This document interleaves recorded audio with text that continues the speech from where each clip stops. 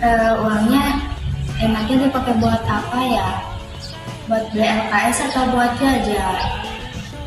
Tapi mending beli LKS deh, aku belum punya.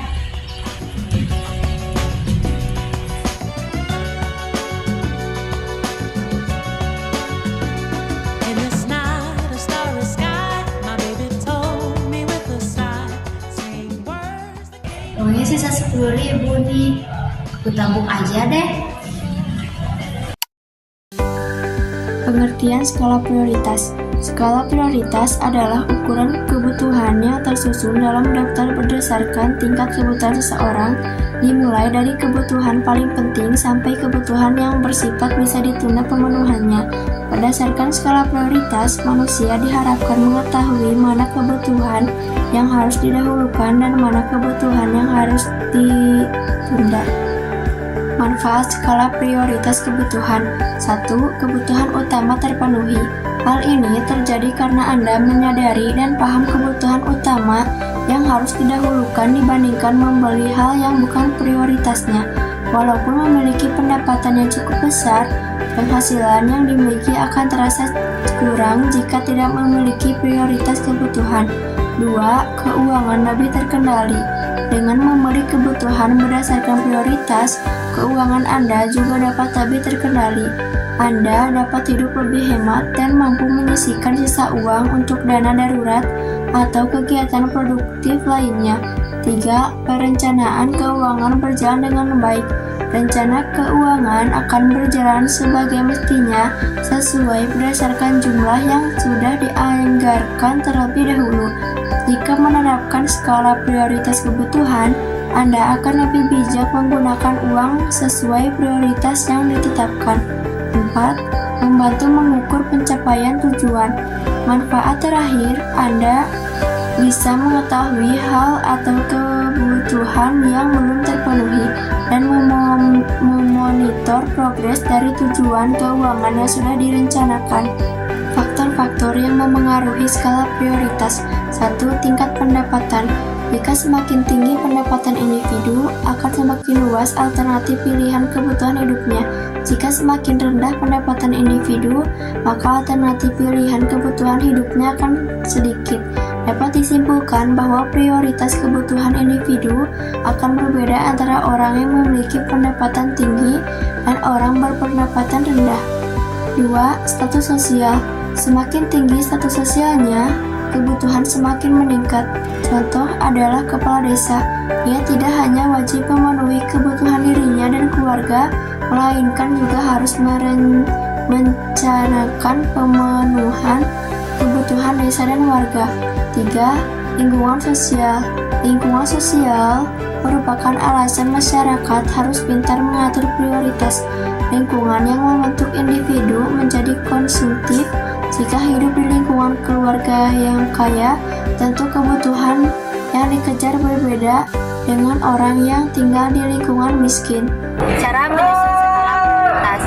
Yang pertama, mengetahui kemampuan diri sendiri. Seseorang juga harus mengetahui kemampuan dirinya dalam menentukan skala prioritas, baik dari kemampuan dalam menyusun strategi maupun kemampuan finansialnya. Misalnya, seseorang ingin membeli laptop canggih. Jika seorang tersebut membeli namun tidak mengoperasikannya, maka akan sia-sia. Yang kedua, mengetahui kesempatan yang dimiliki. Skala prioritas bisa terjadi di luar dugaan ketika Anda memiliki kesempatan tertentu. Oleh karena itu, Anda harus memiliki kesempatan atau mengetahui apakah Anda memiliki kesempatan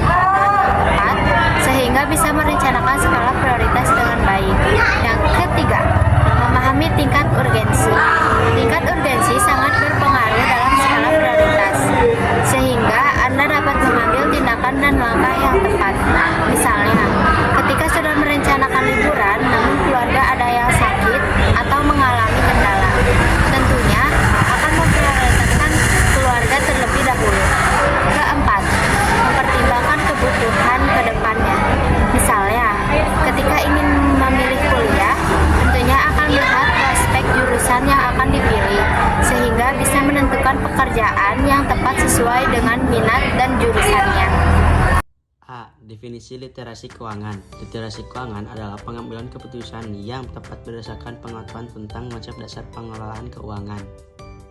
Alasan dibutuhkan literasi keuangan. Jadi, semakin banyak masyarakat yang sadar terkait produk dari jasa keuangan, maka akan semakin meningkat pula transaksi keuangan yang ada. Akhirnya akan mampu meningkatkan pergerakan roda perekonomian.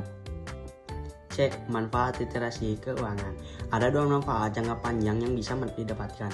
Pertama, meningkatkan literasi yang dimiliki sebelumnya atau less literate menjadi well literate, serta meningkatkan jumlah penggunaan produk atau layanan jasa keuangan. Kedua, literasi keuangan juga mampu membuat seseorang mengelola dan juga mengambil setiap peluang untuk bisa mendapatkan kehidupan yang lebih sejahtera di masa depan.